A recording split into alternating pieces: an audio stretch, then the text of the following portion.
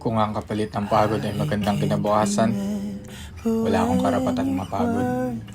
Hindi ko pwedeng sayangin ang bawat pagkakataon na may pagkakataong magbago, mag-improve, magtagumpay.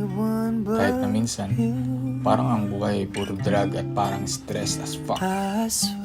Hindi pwedeng mawala ng gana kasi sa huli, ang lahat ng pagod ay may reward. At kung hindi ko susubukan, paano ko malalaman kung anong klaseng success ang naghihintay? Hindi pwedeng tumigil sa pag-push kahit na overwhelmed na minsan. Minsan, feeling ko parang pause lang ang gusto ko, pero play ang sagot. Hindi ko pwedeng hayaan na ang isang araw ng tamad o pagod ay magtakda ng limit sa future ko. Hindi ko pwedeng ipagpaliban ang mga pangarap ko dahil lang sa mga bad vibes or down moments. Gaya ng sabi ng motivational influencers, consistency is the key.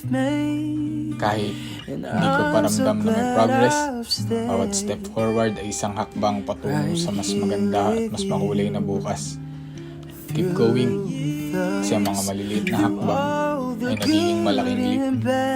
At sa bawat pagsubok, natuto akong mag-adjust at maging resilient. Hindi ako pwedeng maging complacent sa kung anong meron ngayon. Dapat magpursige, magpakita ng hustle, at i-take advantage ang bawat pagkakataon. Gusto kong maging top tier, kailangan ko mag-invest sa sarili ko. Kahit na minsan, ang feeling ko, burn out at burn out.